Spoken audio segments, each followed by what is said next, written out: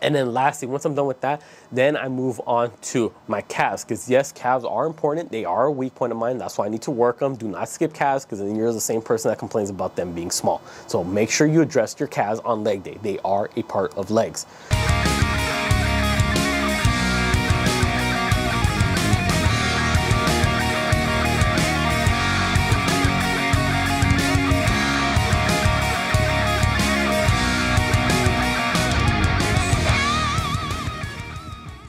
What's up everyone, David here. Got a new video for y'all today, but before we get into it, if you haven't already, make sure you subscribe to the channel, hit the bell notification so you don't miss out on any new videos. Remember, new videos every week. So today we're gonna be talking about my workout split. Now, I'm not necessarily saying you have to do what I do. I'm just saying this is what's currently working for me. And I say currently because your workout routine is going to constantly be changing depending on what your goals are or how much progress you're seeing. Some phase of your life, you may be doing a 3-day split. Other days you may be doing a 6-day split, just depending on your time, you know, your energy, obligations. You know, there's so many factors that go into your workout routine. But with what I got currently going on in my life, this is what I'm doing. So what I'm doing is 5 days a week. I'm doing Monday, Tuesday, Wednesday. Thursday is a rest day. Friday, Saturday, then Sunday is a rest day. Now, here's what we got going on. I got legs on Mondays because I purposely like doing the worst, hardest, most difficult workout on Mondays because I always believe Mondays set the tone for the week. So let's start off and torture myself by doing legs. So legs on Monday. Tuesday, I'm going to be doing push. So that's going to be chest, triceps, delts. Wednesday, I do pull. So back, biceps, traps. Occasionally I'll throw in the neck in there. Thursday is going to be that rest day, but it's not a complete rest, but we'll get into that in a bit. Thursday, Friday, I already said Thursday, is going to be legs again. So lower body. And then Saturday is going to be just general upper body. And then again, Sunday is going to be that rest, but again, it's not truly a rest. What do I mean by that? On that Thursday and Sunday, they are active rest days, active recovery. So what does that mean? Although I am not lifting weights, I'm still trying to find a way to get some movement throughout the day. So I might go on a light walk, on a light jog. For sure, I'm going to be doing stretching, really focusing on loosening up those muscles. You already know, getting that recovery work in. So it's not like it's a day where I'm just doing absolutely nothing. Now, let's break down the 5 main days of weights. I said I did legs, push, pull, lower body, upper body. Now, what do these days consist of? Well, realistically, each day I do roughly, I don't know, maybe 6 exercises, give or take, sometimes 5, sometimes 7. It just depends on the day. The first 2 exercises of every day are gonna be my top 2 priorities. They are prioritizing strength. So on the leg day, it's going to be a squat, and some other exercise that's going to carry over to my squat. Push day is going to be bench press as a priority, with a second exercise that's going to carry over to the bench press. Wednesday, which is the pull day, I do deadlifts on that day, even though it technically is a leg exercise. I just find it better that it lines up on my back day, because if I try to do it on leg day, my legs are already too fatigued from the squats I did prior. So I like doing deadlifts on back day, and the second exercise will be some exercise that carries over to, you know, building on my deadlift. And then not Thursday, that's a rest day. Friday and Saturday, the 2 main exercises are more of the same exercise that I did the first days I trained that body part. It's just for more bodybuilding standards. So on those last 2 days, the second time I'm training legs and the second time I'm doing upper body, I'm not necessarily worried about whether I'm training for strength. It's more just bodybuilding. I'm not too concerned about the reps. I'm just more pumping it out, trying to get a pump, you know, focusing on technique, not worried about going too heavy. So let's break it down one day at a time. Mondays, legs.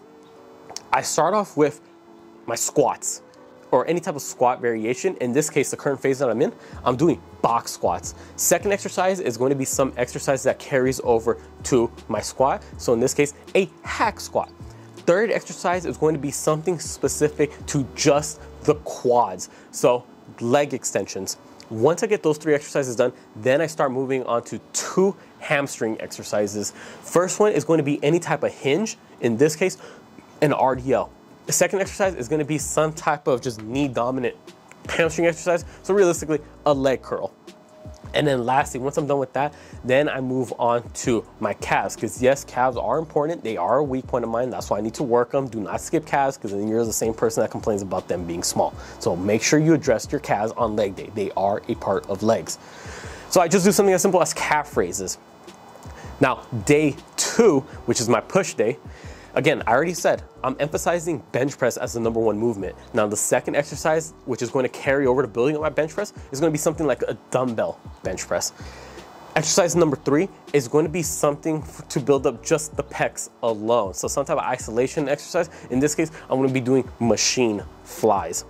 Once I'm done with that, I'm going to give my pecs a little bit of a break, and I'm going to start hitting a little bit of delts and triceps. So for the triceps, I'll do something like an overhead tricep extension using the cables. I love using cables for triceps. I feel like I get that better range of motion. If I use dumbbells, it don't feel quite as right. And if I use barbells, I don't know, something about the barbell just kills my elbows. I found that using cables have worked best for building up my triceps.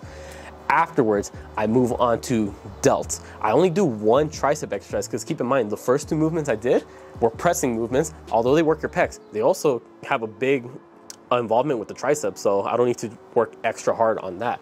So for delts, I do lateral raises for the side delt, and since I'm focusing on strength, I'm gonna directly hit the front delt. I'll do something like some front raises. Doesn't matter if it's with a barbell, dumbbell, or plate, whatever. I wanna do it for the front. Although your pressing movements already work the front delt, I wanna address it even more, because again, I struggle with the bottom half of my bench press, so I need to work a little bit more on that front delt to help me out with that. Day 3, deadlift day, or pull day, whatever you want to call it.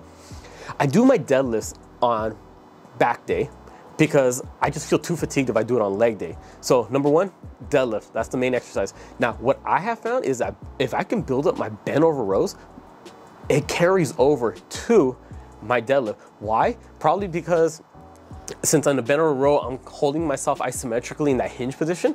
What do you do on a deadlift? Your lower back is working isometrically to keep your back straight. So I just found it has great carryover. So those are my 2 main movements. After that, I always do some type of pull down motion. So in this case, it could be a V-bar pull down, but realistically, any attachment works as long as your arms are up here and you're pulling it down. Now, I will like to say, I like to do motions where my elbows are a little bit more tucked in. So most people do the lat pull down with the traditional lat pull down attachment where you're holding it right here. That's great, but I want to directly hit those lats in the best possible angle that I have. So what do you do for that? It's not necessarily if it's underhand or overhand, it's just a matter of elbow positioning. If your elbows are in front of you, then you're mimicking more of what the natural motion of the lat is, which is to bring your elbows back. Notice how when you do a row, you move this way. When I do a lat pull down this way, boom, I get a better squeeze on my lats. Exercise, or next exercise, I lost count of already how many I'm at. I do some type of row variation again. So you see, I start off with bent over rows, that's a row. I did a pull down, now I'm going back to a row. But this time, I like doing unilateral exercises because I have one arm or one side of my body that's stronger than the other. So I want to address it. So in this case, I'll do a 1 arm row. And then after that, give my lats a break, I start working a little bit more on the trap. Now, me personally, traps are one of those things where it's based on preference. You don't have to work on traps. Some people, they overwork them too much, then they run into, some shoulder impingement, some issues here. I just like having big traps for the aesthetic. I never think my traps are big enough. You kind of see them right there. There's these muscles. So I do something like a barbell shrug. You can do it with dumbbells too. Just anything where you're bringing your shoulders up, you're shrugging it. But remember, your traps start up here and they go down your back. So I don't necessarily do standing upright. I sometimes lean forward and I bend my elbows. I bring them back like this. I just found that really helps build up my traps even more, and I feel the burn a lot more. After that, I move on to some direct bicep work. I do one exercise for biceps. Why? It's because every other movement other than the shrugs and the deadlifts already had direct bicep use. Think about it. You're rowing, you're pulling, 1 arm row, bent over rows, lat pull down, doesn't matter. You're bending your elbow. So it's already going to be working your biceps. So what's the point of doing more bicep exercises? And again, realistically, bicep is just for looks. I don't feel like I need to work them out as often. So I just do one thing, and I just keep it simple. Just barbell rows, dumbbell curls, alternating. If you want to do it with a barbell, that's fine. If you want to do both at the same time, that's fine. If you want to do breech curls, that's fine. I just do one curling motion, and that's more than enough for me personally. Now, Thursday is that rest day. I already said it's an active recovery. So I'm going either on a jog, on a walk, for sure I'm stretching, and I'm not falling behind on the diet. Although it's your day off from the gym, doesn't mean everything else has to take a day off. You should still be on top of your hydration, still be on top of your protein intake, still be on top of your diet, and still be on top of your sleep schedule. Rest days are important. It's not a day to slack off. It's a day to refuel. Think of it that way.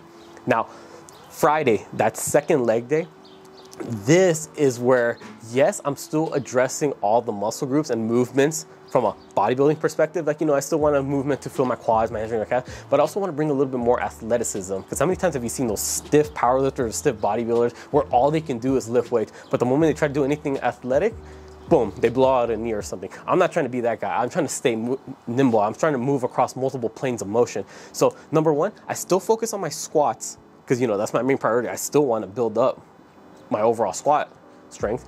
Second exercise, which is going to be the exercise that carries over, again, keeping on with the theme, is going to be hip thrusts, because I feel like I got weak glutes, so I'm going to work it directly. Exercise number 3 is where I start bringing in these, I call them athletic movements, but realistically, it's just my sad attempt to look cool. I'm going to be doing something like a hex bar deadlift and then immediately going into a box jump. Why? Just because, I want to add a little bit more plyometrics to the exercise. I want to move across multiple planes of motion. I just, I'm trying to be a little bit more athletic, so I'm not just there focusing on just being tight all the time, just trying to stay loose. Exercise number 4 is going to be, again, a little bit more athletic, but also looking at injury prevention. So I'll do something like Nordic curls. So although I'm still looking at each individual muscle group, I also want to think, if I'm were to do sprints, I don't want to pull a hammy. I've done it in the past. I don't recommend that injury to anyone because, it hurts like a motherfucker. So I'll do something like a Nordic curl for rehab purposes, and also it's good to, just build up your hammies overall. Next exercise is going to be calf raises, but this time I'll be adjusting it. So typically on day 1, I would have done the calf raises with more of a bodybuilding rep scheme of, 3 to 6 sets of 8 to 12 reps. But now I'm going to be focusing on the same amount of sets roughly, but higher reps. And this time I'll start angling the feet out to hit different portions of the calves. Now, moving on to day 6. So now we're on Saturday. Now this is more of my upper body day. And again, I still want to keep each muscle group in mind as if, I'm training as a bodybuilder, but I want to introduce more athletic movements in there so I'm not just so stiff. So number 1 is still going to be the bench press. That's the priority for upper body. Exercise number 2 is going to be plyo push-ups or anything more explosive. So it could be like a med ball toss. It's still a pushing motion, so still working the same groups. But this week I just so happen to have done plyo push-ups. So start off on the floor, boom, explode up onto the box, do a push-up on the box, boom, explode back on the ground, alternating. Forces you to work a little bit quicker, boom, really hitting those fast twitch muscle fibers compared to just doing a slow controlled bench press.